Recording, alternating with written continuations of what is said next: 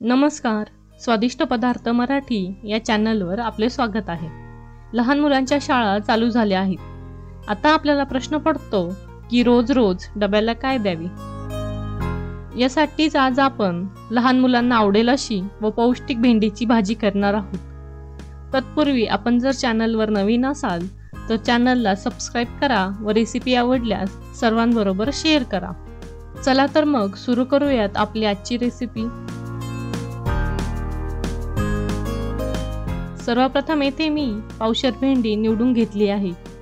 ती आपण स्वच्छ पाण्याने धुवून घेऊ। साधारणतः 3 ते 4 वेळा पाण्याने भेंडी स्वच्छ धुवून घ्या। आता एका पातेल्यावर चाळणी ठेवून त्यात धुवून घेतलेली भेंडी 5 मिनिटे टाकू, जेणेकरून शिल्लक राहिलेले पाणी निथळून जाईल। आता एक सुती कापड घेऊ व त्यावर भेंडी कोरडी करून घेऊ। येथे भेंडी व्यवस्थित कोरडी करून घ्या, कारण जर भेंडीला पाणी राहिले तर भेंडी चिकट होते। आता आपण भेंडी सुरीच्या साहाय्याने कापून घेऊ। येथे आपण भेंडीचा शेंडा व देठ कापून घेऊन व्हिडिओत दाखवल्याप्रमाणे 4 खाप करून घेऊ।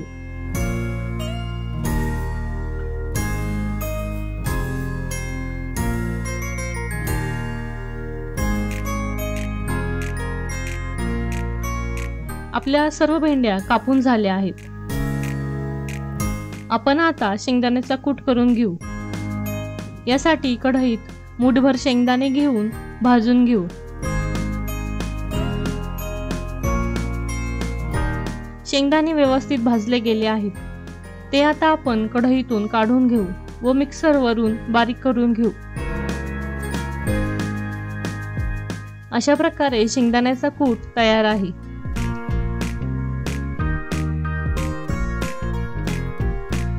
आता आपण भाजी करून घेऊयात। यासाठी कढईत 2 चमचे तेल घेऊयात। तेल व्यवस्थित गरम झाले आहे। यात 1 चमचा मोहरी टाकू।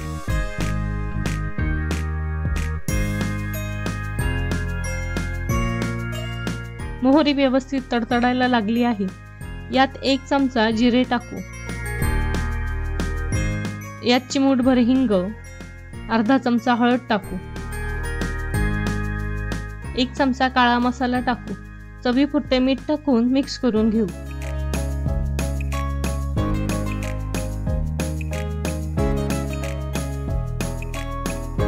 आता यात चिरलेली भेंडी टाकून व्यवस्थित हलवून घेऊ।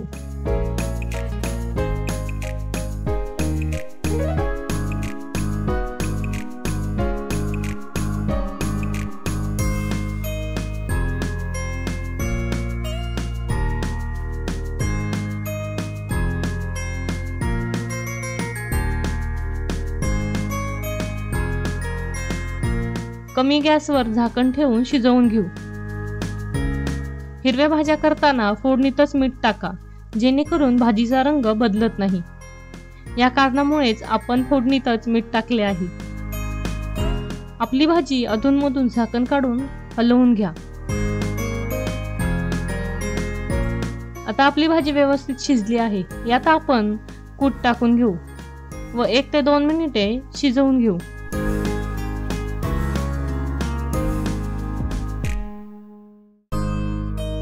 आपण पाहू शकता आपली भाजी व्यवस्थित शिजली आहे।